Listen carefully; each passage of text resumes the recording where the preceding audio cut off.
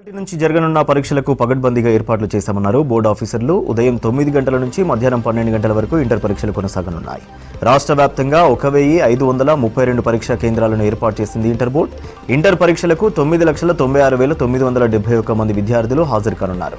ఇక ఇందులో first year students 4,88,448 మంది, సెకండ్ ఇయర్ స్టూడెంట్స్ రెగ్యులర్ 4,40,788 మంది, సెకండ్ ఇయర్ స్టూడెంట్స్ ప్రైవేట్ 67,735 మంది, సెకండ్ ఇయర్ స్టూడెంట్స్ మొత్తం కలిపి 5,08,523 మంది ఉన్నారు.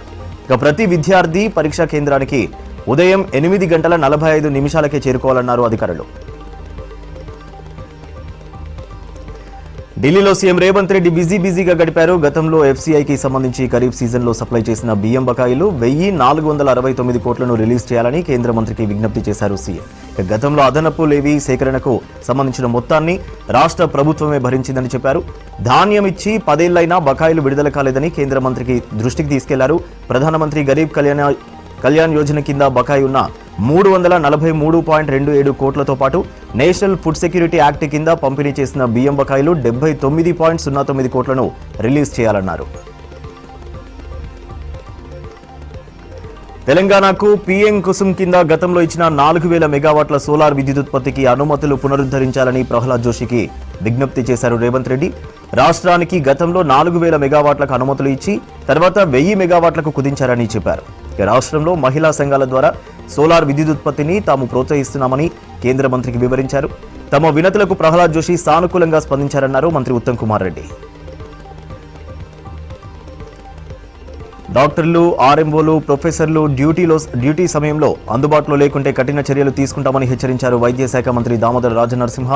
హైదరాబాద్ గాంధీ హాస్పిటల్లో ఆయన ఆకస్మికంగా తనిఖీలు నిర్వహించారు. డాక్టర్ల అటెండెన్స్ షీట్ పరిశీలించారు. ముందస్తు సమాచారం లేకుండా డ్యూటీకి గైర్హాజరైన డాక్టర్లపై చర్యలు తీసుకోవాలని ఉన్నతాధికారులను ఆదేశించారు. OP, IP, MCH, IVF scanning వార్డులను పరిశీలించారు దామోదర.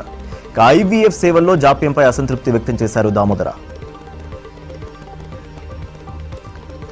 సమ్మక్క సారలమ్మ జాతర, గోదావరి పుష్కరాలు ప్రతిష్టాత్మకంగా నిర్వహించేలా అధికారులు ప్రణాళిక రూపొందించాలన్నారు డిప్యూటీ సీఎం బట్టి విక్రమార్క. మంత్రి కొండా సురేఖ శాశ్వత ప్రాతిపదికన పనులు చేపట్టాలని ఆదేశించారు. సెక్రటేరియట్లో ప్రీ బడ్జెట్ సమావేశంలో భాగంగా ఎండోమెంట్, అటవీ శాఖలతో సమావేశం నిర్వహించారు. బట్టి హైదరాబాద్తో పాటు పరిసరాల్లో ఉన్న 59 అర్బన్ పార్కులను అభివృద్ధి చేయాలని ఆదేశించారు.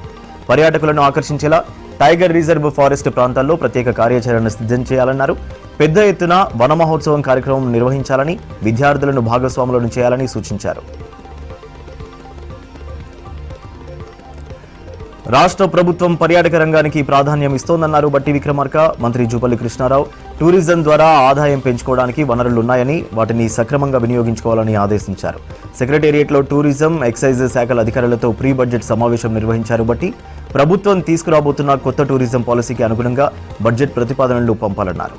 ఎకో, మెడికల్, టెంపుల్ టూరిజాన్ని ప్రోత్సహించడంపై దృష్టి పెట్టాలని ఆదేశించారు. రాష్ట్రంలోని మహిళా సంఘాలకు ఆర్టీసీ అద్దె బస్సులను కేటాయించింది సర్కార్. మొదటి విడతలో 150 మండల సంఘాలకు ఆర్టీసీ బస్సులను అలాట్ చేస్తూ ఉత్తర్వులు ఇచ్చింది. త్వరలో మిగిలిన మండల సమాఖ్యలకు 450 అద్దె బస్సులు ఇవ్వనుంది. ప్రతి నెల ఒక్కో బస్సుకు రెంట్ 77,220 రూపాయలు చెల్లించనుంది ఆర్టీసీ. బస్సుల కొనుగోలు కోసం మహిళా సంఘాలకు బ్యాంక్ గ్యారంటీ ఇవ్వనుంది సర్కార్. దేశంలోనే తొలిసారిగా మహిళా సంఘాల ద్వారా ఆర్టీసీ బస్సులను నిర్వహిస్తుంది.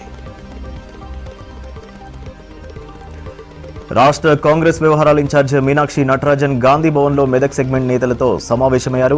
సాయంత్రం మల్కాజ్గిరి పార్లమెంట్ లీడర్లతో భేటీ అయ్యారు. క్షేత్రస్థాయి పరిస్థితులపై సమావేశాల్లో ఆరా తీశారు మీనాక్షి నటరాజన్.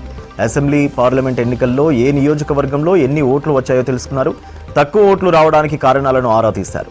సమావేశాల్లో నేతలకు స్ట్రిక్ట్ వార్నింగ్ ఇచ్చారు మీనాక్షి నటరాజన్. ఇంటర్నల్ మీటింగ్ వివరాలు ఎవరూ బయటకు చెప్పొద్దన్నారు. పార్టీ లైన్ దాటితే క్రమశిక్షణ చర్యలు తప్పవని హెచ్చరించారు.